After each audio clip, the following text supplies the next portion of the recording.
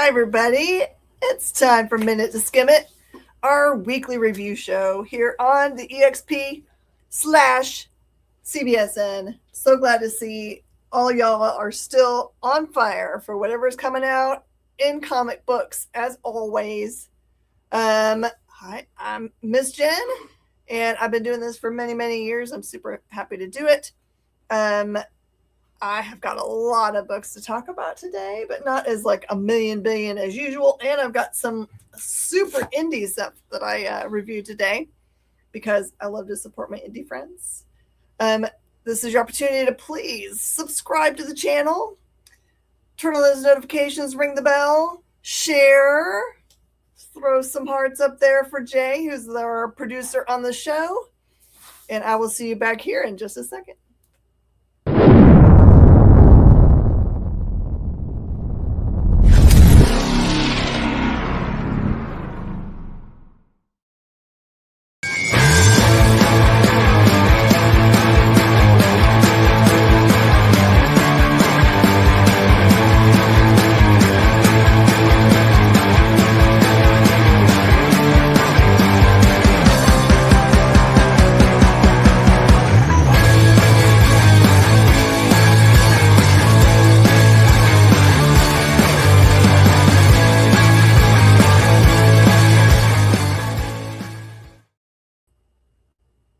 Welcome back. It is Tuesday, which means tomorrow is New Comic Book Day, which is an awesome day of the week. It'll look a little bit different maybe since now it's officially kind of the summer around here. All the school is out. We've seen lots and lots of like young people out and about, those that are like old enough to drive. Glad to see them. And families today, which was super fun. Oh, we've got Lantern Corey and Brown Eye Jay. Why? I think that there's some inside information here that I'm unaware of. Thanks, everybody. And about halfway through review, I am actually going to show you guys something super special. I am going to show you something that no one has seen yet, except for Jay, because I just sent it to him. Sorry, Jay, that it came late. I actually sent it like 2 hours ago, but it did not populate the picture for some reason. But you guys are going to get to see our exclusive cover for Terminal, which is the new hot universe that we're getting from Kirkman soon. So, was that my cue to show it off now? Huh? Was that my cue to show it off now? No, I said halfway through the show. People got to wait. Halfway through the show. Okay. Halfway through the show, we're going to wait. Just letting people know. And it is by Dave Wilkins, because Dave's our guy. He's our local artist, and he is the hottest on the market right now. So, of course, I'm going to use my guy. Oh, sorry, that's an eBay purchase. I should turn that off. People are buying Secret Files Batman Rogues Gallery series, Penguin. Aha. All right, let's get to the review stuff. Okay, I don't know if you guys remember, but on one of our other shows, I'm trying to remember who had this sweet guest on. Did a really nice interview with this creator, and I really loved everything they had to say about their work, and they have been Eisner nominated in the past, so I thought, surely this is going to be some cool stuff. So this is a book that I read called Sew Buttons, and it's all the way up to issue 15. So they've been around for a while doing this work, and it's a really lovely assortment of little tiny short stories as looks into things that he's gone through in his life. I really do love a autobiographical or semi-autobiographical anthology. And this one's really neat because his background is in film. It gives you some insight into some kind of his family dynamic and how they are tied to the industry. It has Leonardo DiCaprio in it. I mean, why wouldn't you like such a thing? But this is like just kind of a reminder that there are a great many comic books that aren't necessarily in every comic book shop. You'll find them in comic book shops like mine, whenever I know that there's something I really think it will be a good match for my customer base. But if you're out and about in the internet looking at things that people are creating independently and or Kickstarter or wherever, make sure you tell your local comic shop, because often those Kickstarters or crowd funds and that kind of stuff do have the ability to add kind of a retailer tier. Either they have it already or they would if they knew that people would be interested. So if you tell your LCS that you like a specific creator and you think that there's a good home for it in your town with your friends that shop, make sure you let them know in enough time to be able to kind of like back it and bring it in. And that's what happened in my case. I actually just saw it on a show, which is different than being recommended it, but I'm very glad that I brought them in and I enjoyed reading it very much. So it's just a heads up for how can you get super independent books supported in your local comic shop. Okay, this is so cute.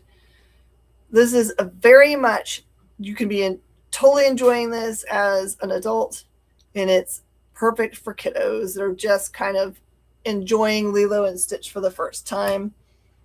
You know I love this book because it has Cobra bubbles in it. There are two stories here. The first story is Lilo being babysat by Cobra Bubbles. So her big sis can go and do some chore or hang out or go on a date. Unsure. But the cool part about it is that it is Lilo telling a story, trying to explain what the CIA is. So it's Cobra kind of trying to explain to her what it is, but then her imagination about what it is. So it's so cute because it takes place in Roswell, 1970 something, which doesn't make sense to me because I'm used to it being a different era. But anyway, and you know, every panel is kind of interesting because imagine if you had a kid describing something that was going on. For example, maybe Cobra Bubbles had different hair back in the day. And so she imagines her own hair on him, a mohawk on him. What's the other style? Some other kind of thing. And then settles on some kind of big, kind of like Afro-looking hairdo, which is super cute. So it has that storyline, which is very lovely. And then what was the second one? Oh, sorry. I thought I have it sitting next to me so I can remember what the second story is. And there were a bunch of anthological books this week. So I have to remember them as if they were all separate books. Isn't that crazy? Oh, and then there's a story about, you remember Gantu, Captain Gantu? There's an adventure with Captain Gantu, who's that really big, kind of like, almost looks like a shark guy, as he crash lands on a planet that's not ours, and his interaction with the beings that are there. And he kind of sees himself as kind of a hero, and they see him as kind of a pest. So tell him to get out of Dodge. But that's a fun interaction too, is this, you know, when you crash land, you got to fix your ship. He has skills, so. All right, this next one, I got to really dig in deep with you guys, because this one could read to you as a completely ridiculous book. Completely ridiculous. In the past, Brzrkr has always been very graphic and heavy battles. Like, so if you don't know a bunch about Brzrkr, which you probably have at this point, did some dive into Keanu Reeves' universe. But this character here, who they sometimes just call B, is immortal. And they have shown him in many different eras, since he has been around forever. Even back to really kind of like like Dawn of Man kind of time. They did a whole series where he was in a kind of like a Western, which was a face full of bullets. They've done one that was, thanks, man, I like 672, 67. Yes, I am about 8 years old in my head. So, welcome, Fade. So, and also he's done it in like when he's in the pirate era. But this one takes place kind of in, think of a high fantasy kind of time period in which there is kind of a, like, stole his cave and killed his mammoth. Nope. Think of a time in which there might be someone that's like an alchemist who has really been, for a long time, been trying to hunt down this character so that he can acquire some of his base material. Because I can say it. I did say it. I did say it. They made a giant pipe from the tusks. You guys are making up a cool story. I would totally read the story that you guys are telling right now. Conan Wick with mammoth tusks. But this one it goes a little bit interesting because he gathers some of this, like, when he becomes, like, when he gets pulped, whenever you like kill him, they actually like gather up some of this like blood and guts and stuff and take off with it. And as you know, since he's immortal, whatever is left of him will just become him, right? But what happens if it's only a little bit of him, but the main part of him is still somewhere else? That's what this story is about. This little blob who becomes a tiny little version of him. Think a homunculus. And in that way, that's the part that seems a little bit kind of funny and ridiculous, because the assistant of this guy who is only wanting to have this little bit of stuff so he can try to create like this water, what do you say? Water of life or something, where he can like make it so that he could, I guess, like drink Brzrkr and become immortal. But the fun part is that in the middle of the book here, it changes from being kind of like more its normal comic book style to being kind of like almost cartoony, since he is a little homunculus version of himself. But the premise of when it gets to the end, when there are some other things that he connects with that are kind of like, this is kind of a cool concept. I'm glad they kind of thought about it, but it's interesting because I don't understand the name of it. It says light draws breath. So that part I'm not sure. That I'm not sure about. All right. Wiccan and Hulking Raid of Ultron. This one is actually really fun. There are a couple books this week that they're kind of like jumping the gun a tiny bit for Pride Month. And this is one of those. So you know that Wiccan and Hulking have been married now about a year, or at least that's the way they're doing an anniversary in this book. And they've invited a whole bunch of friends over to their, they live in something that's, I don't think, on our dimensional plane for some reason, because they keep calling it like the chicken house or the chicken coop or something. And the thing that happens here is that all of these characters show up for their anniversary party, which looks lovely.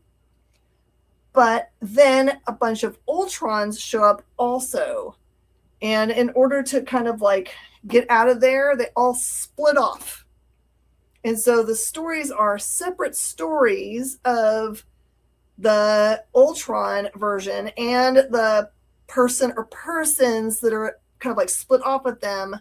They're having discussions. Like the first one is hilarious because the whole discussion is all about, it's almost like if you got split off onto a battle with a good friend who was making sure your marriage was going well and you were giving them advice. So they were like, do you guys follow each other on do you have your locations turned on your special watches so you know where each other are all the time? It's like, is that a good thing or a bad thing? So anyway, it's all really fun battles. Some of the lines between the Ultrons and the people they're battling are just hilariously fun. So good storytelling. It's nice and long. It's actually twice as long, I think, or close and a regular normal running issue. So cool fun. And it also has like on the back a cool thing because it has like the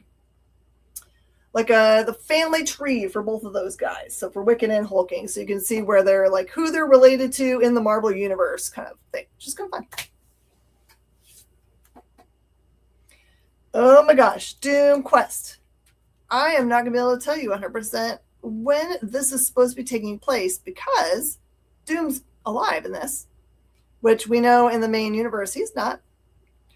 So this is actually the setup where you see that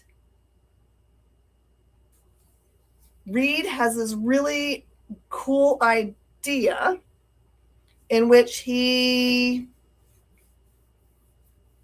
wants to go and make a machine that will allow all the universal times, like universes, to exist all at once, so you could control kind of all of them, right?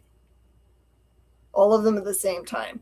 But the premise that happens in this book is that Doom knows what he's up to and makes his own, just calls it the Doom machine, I think. So it is kind of like that whole, it's the build up for like what happens in between, what is going to happen because of it. Does the machine get turned on? Has the machine already been turned on and we just don't know it yet? This would describe a whole bunch of stuff. This is a good way for them to have, it's not in this book, but this is me just talking to you about what you guys think. Wouldn't that be an interesting way to like have Doom both be dead, which is what he is in the main universe, and not be dead because he is in control of all the different possible universes at the same time. So anyway, that's my thought process. It's like if you want to have a way to bring Doom back and have both things be true, this would be very cool. I would be okay with this storytelling. It's not like one of those like things like Lost did where it's purgatory, but they say no, it's not purgatory, and then yeah, it was purgatory. Spoilers, that's not real spoiling. I didn't tell you nothing. Oh, EXP's got some good ones here. Get ready for Doom of the Dead, Doom Quest of Doomness, Doom Another Day, all for you. Doom the Undying. What other? Give us some more names. Oh, there's also a reminder that I'm going to say that your local comic shop may have already done like an unbagging for it, but maybe not. There is a Doom 616 or Marvel 616 Day blind bag that is coming to stores near you soon, but they did send us all an advanced copy of them so that we can open one up, which is very nice. So just know your local comic shop might have one of these. I don't know if they're allowed to keep them because they're one per store thing that's meant for them. They might open them so you can see what's in them because the list is a mask, some facsimiles that are Doom related, and a variant of some sort. And I'm not really sure what the possibilities are. I Doombot. Ooh, I would totally read that. I Doombot. You guys keep going. I like the names. Hyde Street. Okay. There is a major character that dies in this book. How spoilery is that? I'm not going to tell you which one. The thing that I did not know until now, I hadn't glommed on. I've been reading this book series for a while, but maybe I haven't entirely been reading all of them, so I hadn't figured all of this out. It looks like part of what Hyde Street has going on in the background is essentially a Doom pool in which all of them are competing for body count. And so some of them, like one of them has gotten really close to this, like having, what is it there? Like 999,999, one of those. But all of these characters are part of the universe, are all very scary characters. Hyde Street is all super spooky. But there is one character we haven't seen in a while, and that character comes back. So if you are reading, then this is a big, like, you'll be really excited. And I will tell you that one of the characters on this front page get killed in a very gruesome way this week. So if you're thinking to yourself, when do I want to jump in to Hyde Street? It would help if you got the part 1 of Butcher of Hyde Street. But if you don't have it, it's fine. You can totally just jump in here. You should trust the Jeff Johns. Jeff Johns is in charge of this whole universe. He knows how it's all going to connect. And Ghost Machine stuff is so good, y'all. I hope that you guys are partaking in some part of it. And I'm going to get you guys, I'm going to try to hook you on this next one. I think I'm going to hook you on this next one. I hope I'm going to hook you on this next one. Hornsby and Halo. Okay. I know I've heard from quite a few people that this edge of the universe that's now we understand is going to be tied to the Unbelievables formation team.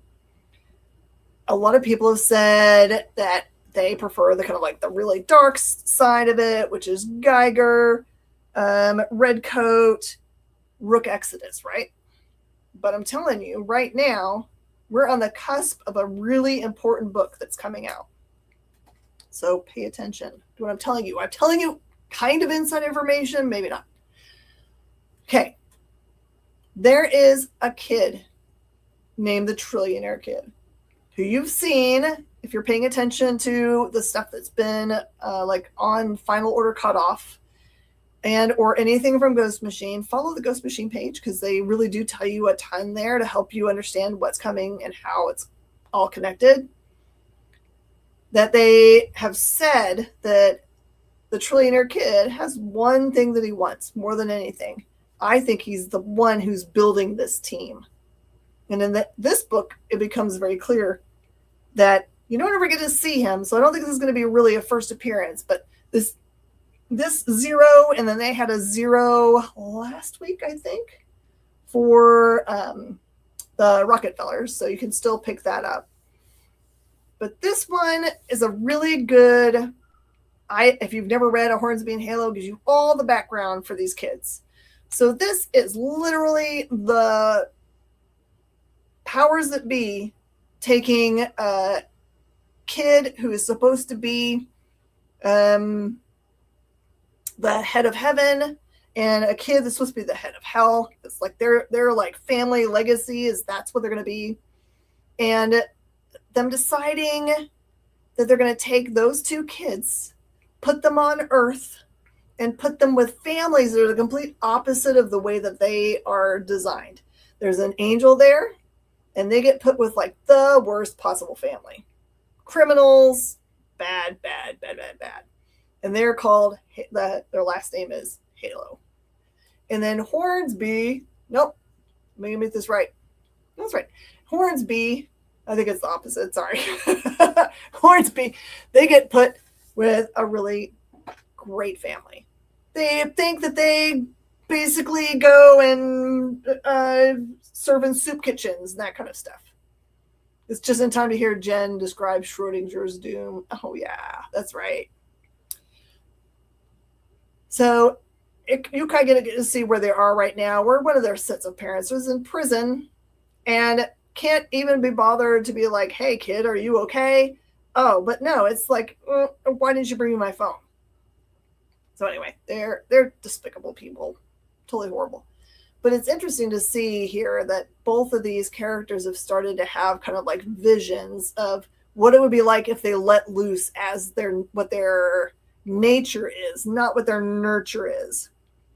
So if for example, the devil girl, like, lit people on fire when they were making her mad, or if an angel pulled out the sword and like broke their parents out of prison, that kind of stuff. So you're going to definitely see some talking animals in this book that I don't think we knew talked before. So if you like talking pets, you'll absolutely love this. But I'm just telling you, if you don't get anything else from this universe, go get Hornsby and Halo 0 from this week. Go get Rockefellers number 0 from last week. And get ready for the Trillionaire Kid. Get Trillionaire Kid number 1. And read all of those together. And then if you still decide that this kind of like universe building stuff from Jeff Johns isn't your jam, then cool. You spent a whole $12. So this is my challenge to you. Try them out. Don't just be writing them off because they seem like they're a younger crowd book, because they are getting somewhere, I promise you.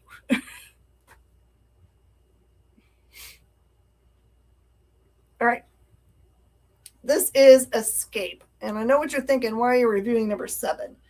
Because the first arc of Escape has finished, and you've had a really cool graphic novel. You've got the whole graphic novel coming out this week. So I wanted to mention it because you can get the Escape graphic novel today, tomorrow, and you can get the number 7 book.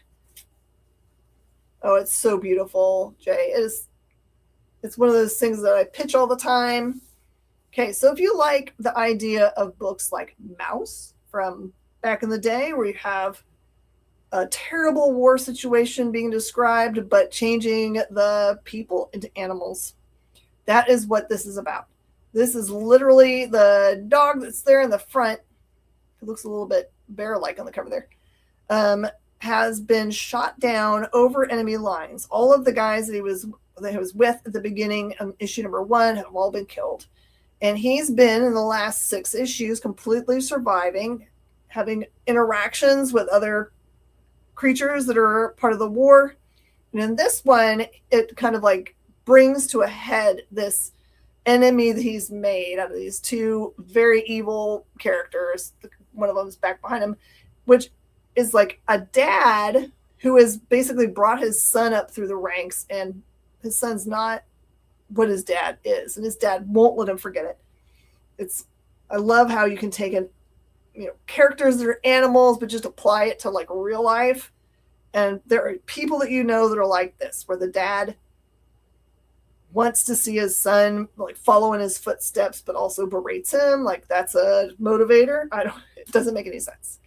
And for a long time, this character's been carrying around some C4, and you're going to get to see what the C4 is. C4. And it's gorgeous, gorgeous art. The whole thing will make your mind explode, but it is also bloody. It's war. It's not a kid's book at all. Definitely war on the page. And Rick Remender and Daniel Acuna definitely should get some awards for this book. It's crazy good. I got to shout this thing out. I had been reading it. The writing is so good. There's one of the issues where Milton says something, and I've been reading the book, and I know it's not true, but he says it with such conviction. I'm like, wait a minute. Is that really happening?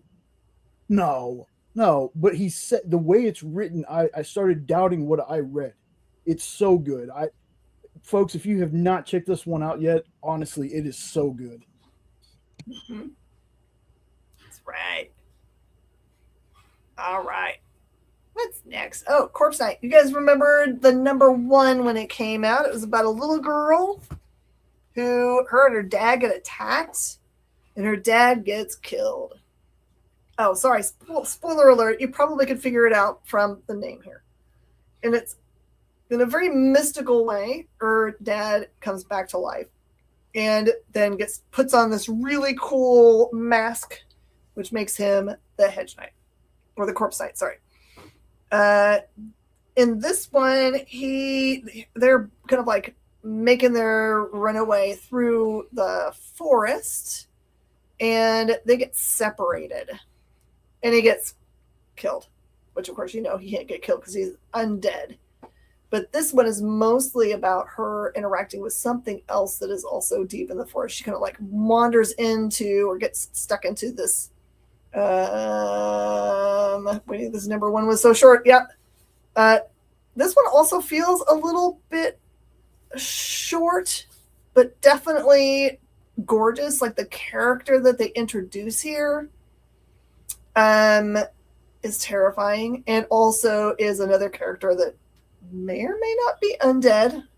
There's no way to know. It doesn't say one way or the other in here, but has a really cool mask. The look of the character is just so cool.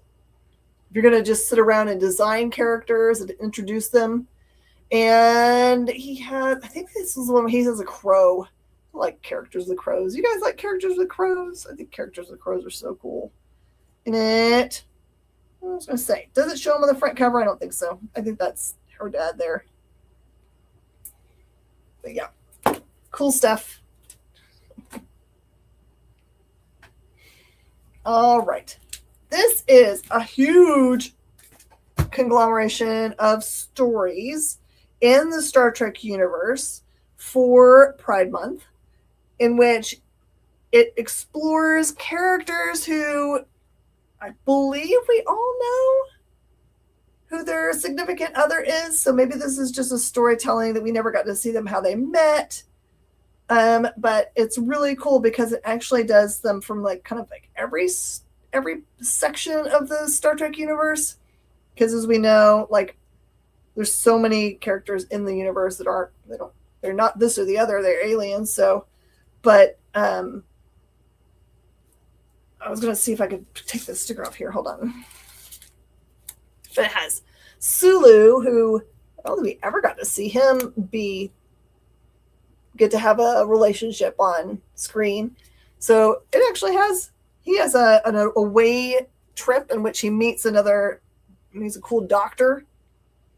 And it's just so sweet. The last line of that little story is so terrific.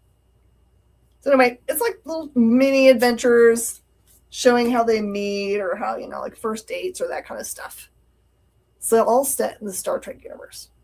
True to its normal everything. So always pushing the boundaries and making sure everyone feels comfortable and sees themselves in books. Mm-hmm. Okay. This one is such a cool idea. I cannot even. All right. So this is Superman, Father of Tomorrow. So imagine this. Imagine that instead of having Clark Kent at all, or Kal-El, that you have instead his dad be the one that actually survives the planet.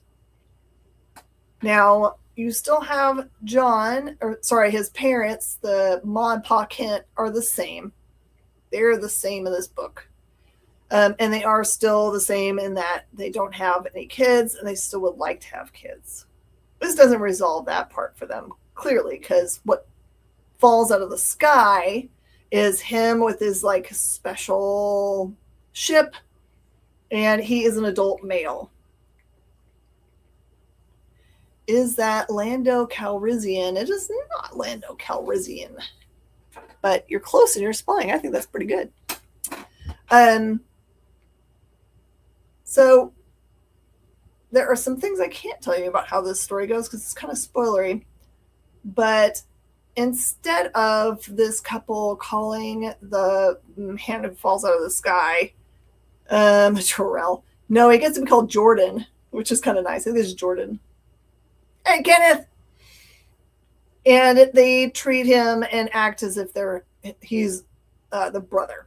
So he's basically a brother. And the interesting part that they do in this book is that instead of him being like a superhero out there in the world, he really is just hanging out and working on the farm.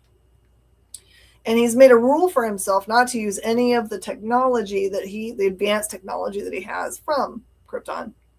But he uses the knowledge that he has to be able to like fix the tractor and other stuff like that. So, but there's something that happens in this book which makes him kind of like mad at himself for sticking to his guns about that part.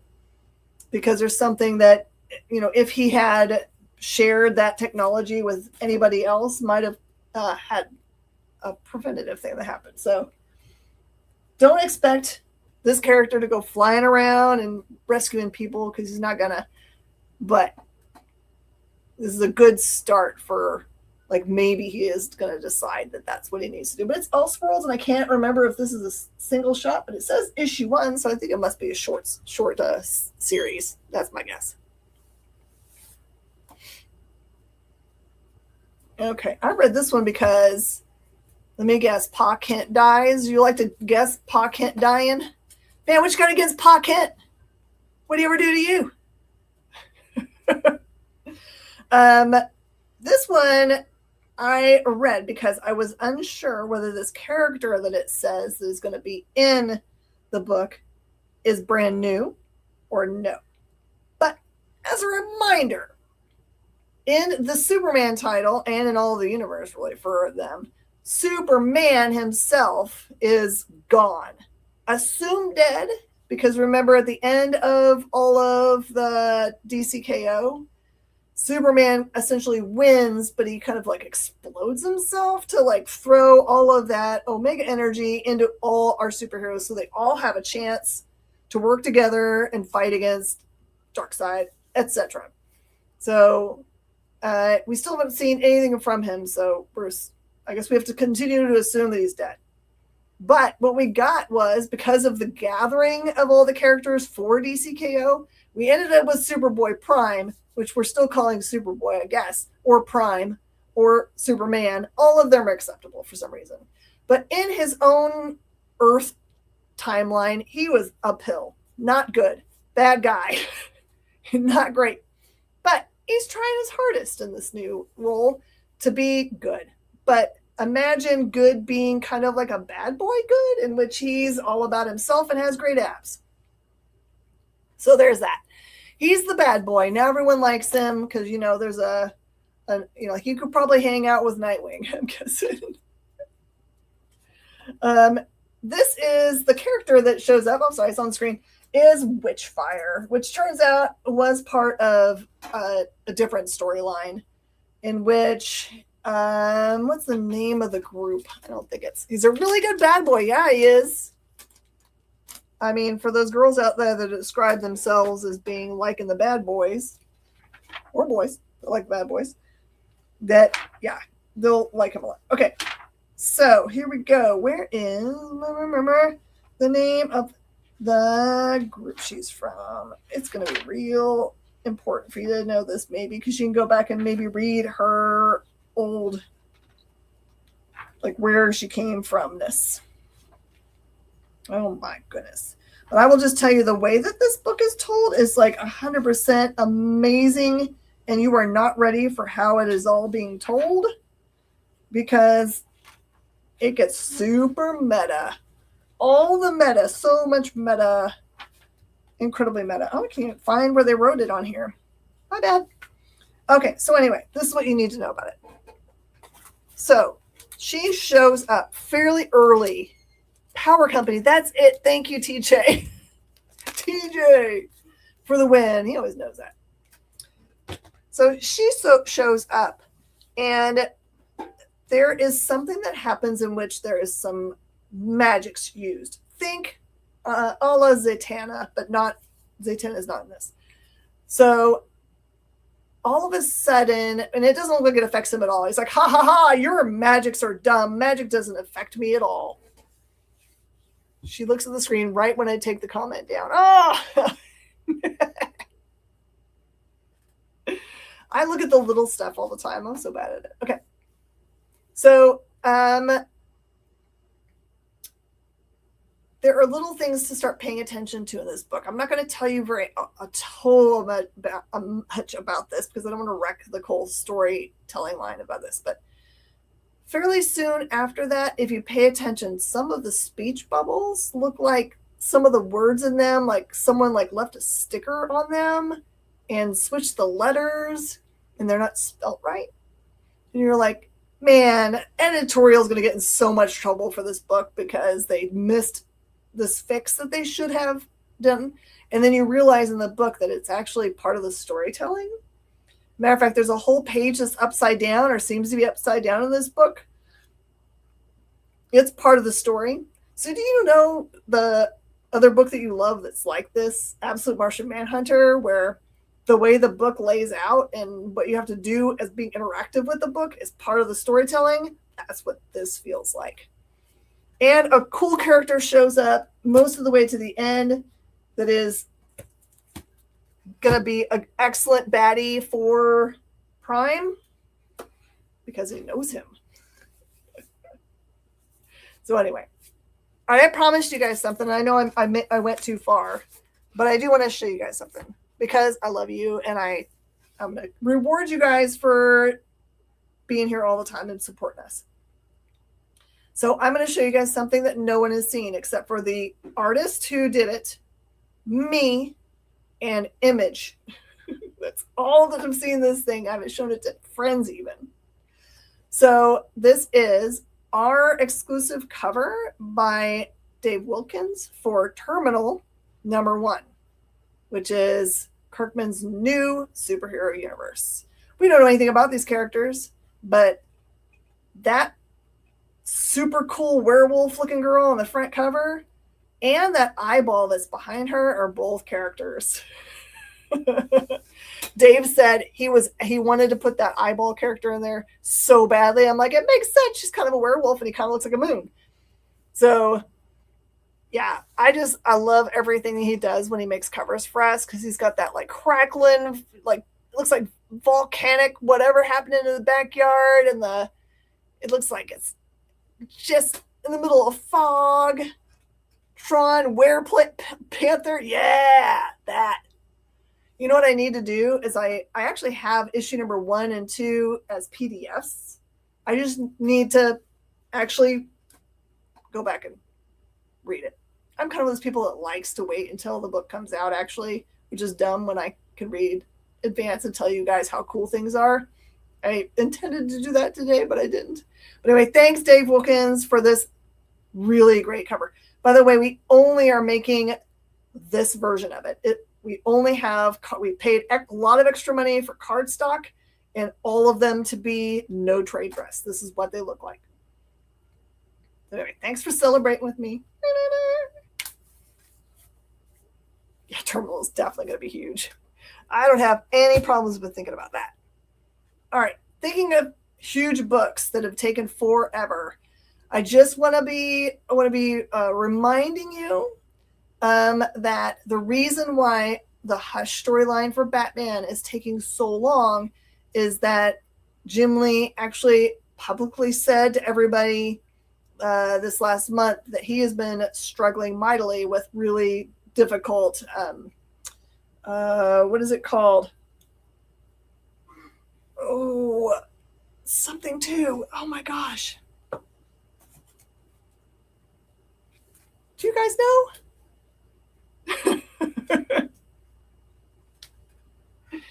It's horrible. Anyway, it means that it's taking him a lot longer to do the art. I mean, not that he's not also the CEO of the actual company. It's private. You guys are so silly. So anyway, this one has been a long time coming. Really great issue. Yeah, Jim Lee, he's got... Is he pre-diabetic? No, he's full on diabetic 2, DB2. What does the 2 mean? Acquired, right? Not born with? I believe so. I believe that's what that means. Type 2? I'm sorry that I'm like a dumb person and don't know the difference between them, y'all. But I know from friends that have diabetes, it's horrible. It is part of your life. Very much so. Can we pre-order that bad boy? Sure. Let me suss up how I'm going to do that for the next show.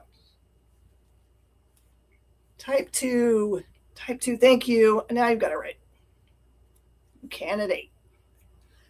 Okay, this is amazing because pretty much at the beginning of the storyline, you have all the bad guys led by Joker showing up and trying to talk Batman into something crazy.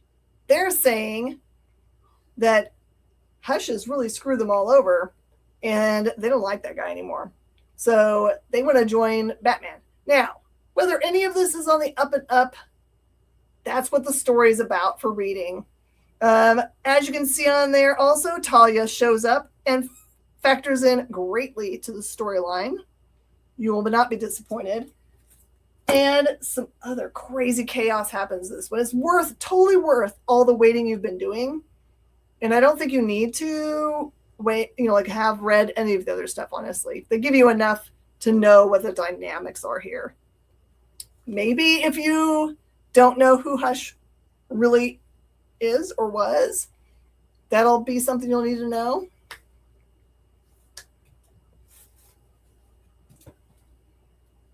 Yeah, it's tough, y'all. My love to everybody that's having to deal with that. It's my good friend has to wear like their veins are all like they have to keep like compression socks all the time.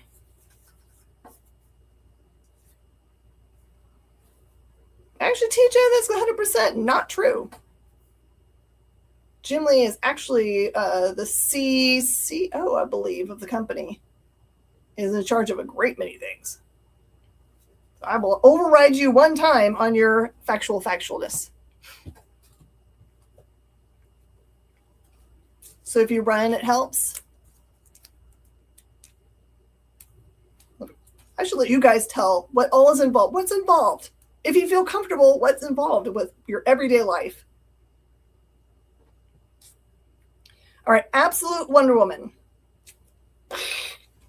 Fire. You should have heard my intake of breath when I saw this cover where it looks like she's on fire. Okay. So this is, I think, the last chapter in the whole like Zatanna and her dad's, I think it's Zartan's like interactions with her, at least like the storyline for it. And in this issue, they actually remember they had that big, or what it was like a big robot monster that was attacking her that was sent by, I can't remember who's controlling this beast, but Zatanna and Zartan bebop away and kind of leave her stuck there. And she does get captured by this thing. So the bulk of the book is about what happens once she gets captured. And your mind's gonna explode at what happens here.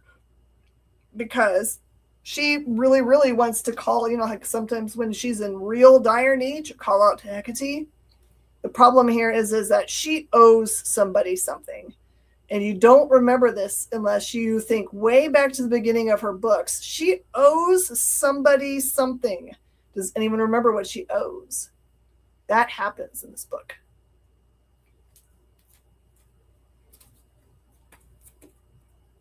Own foods, pray, yoga, Jesus. That's a lot. I love all of those things. That's the best.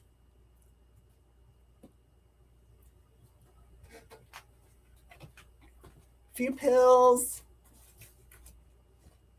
Oh, you have to inject things? Oh, I don't know. I would have a hard time with that. I know that you have to, but I could let someone else inject me. Maybe I'd have to have a good friend. I think I'd have to have a friend to do that. I don't know if I could do my own stuff. Maybe just get used to it. All right. Last book. This is Did You Hear About Mimi Green? This is a very interesting book out of Dark Horse. So it is, the main character here is obviously Mimi Green. She's on the front there. She previously looks like she was some kind of like very important internet figure, maybe an influencer or something, who said something publicly. I don't think we ever get to see in this book what the actual thing is that they say publicly that gets them kind of like canceled. They think that she loses her husband, she loses her channel or supporters and stuff. So she's actually kind of like left public life and is in, I think, like the highest priced kind of like maybe psych facility, or I don't think they call them that if you're super famous, right? They're like retreat centers or something. So this is about her kind of like going back and forth in her brain about what happened then, how it's affecting her now, and then her interactions with the other people that are in this facility, which are also dealing with other psychological things. And there's something going on that's very, very dark that I think we just start to see. They're like, she thinks it's herself only that she starts to see these kind of like very grotesque images, usually when she's asleep, sometimes when she's awake. But wait until she interacts with other people here that actually, I think, are also seeing stuff. So was it the facility they're in? Is it just psychological? Is she getting her comeuppance? Is she deserving of this? It's a good start to a book. All right. And that's the end of those. But I'm going to show you real fast, super fast, the graphic novels that are going to be available tomorrow. This is the Dead Man Finest collection. They haven't done a Dead Man collection in a while, so that might be a great thing to pull. That's one of those big, gigantic, epic babies. For my fans of Criminal, here's your chance to get this super awesome hardcover, 5 Gears in Reverse. I've got so many people reading Criminal now. So many people. Also old school, but reprinted so that you can read cool stuff. This is Camelot 3000. Old good stuff from Mike Barr and Brian Boland. And like I said earlier, your chance to get the first part of Escape. So you can catch up if you didn't get the individual ones. From J.G. Jones, this is Dust to Dust. J.G. is known for his really detailed art done in watercolor. This is important. This is volume 1 of Capes, which there's a new Capes issue that comes out tomorrow, which introduces a brand new character. So if you want to like catch up, that is your opportunity. From Tom King, volume 4 of his amazing series of Wonder Woman. This storyline is The Island of Mice and Men. This one is a book series out of Image called Hectoplasm, Born into Night Battles. And yep, I think that's all the ones that we got. I've got tons of other stuff on the board. I just want to remind you guys, I'm going to be done with this show, pop back on again, and sell cool stuff to you. But then please do not forget, we have a brand new show that comes on after that, which so entertaining. I hope you guys got to see it last week. He is, oh my gosh, Aggressive Positivity with Tommy Diamond. There you go. I wasn't going to jump in because I knew you had it. I knew the positivity when I was like, oh, what's the first word? I'm aggravated positivity. And please support your local comic shop. I am totally cool every week. Please use this information that I give you and go to your local comic shop and go buy the stuff. Call them right after the show and say, I heard that this book is coming out and it sounded pretty cool. So please pull it and put it in my box. Or use the information from our other show on Friday, which allows you to figure out what to buy. Tell people for final order cutoff. We're trying to be as helpful as we can for you guys. Thank you guys. Thanks for taking care of each other. Thanks for being so sharing of your personal lives and for giving great advice to each other. See, this part makes me all kinds of hearts that you guys are like chatting about this right now. And thanks for being super sweet to our Fortnite kiddo. I want kids to like comic books too, so I don't care what age you are, you can come and watch our show. And if I know anything about what you're talking about, I will totally with you. I'm trying to rob kids of using it as a weapon by using it myself. All right. I will see you guys in just a few minutes. Thanks, Jay, for taking care of me so well.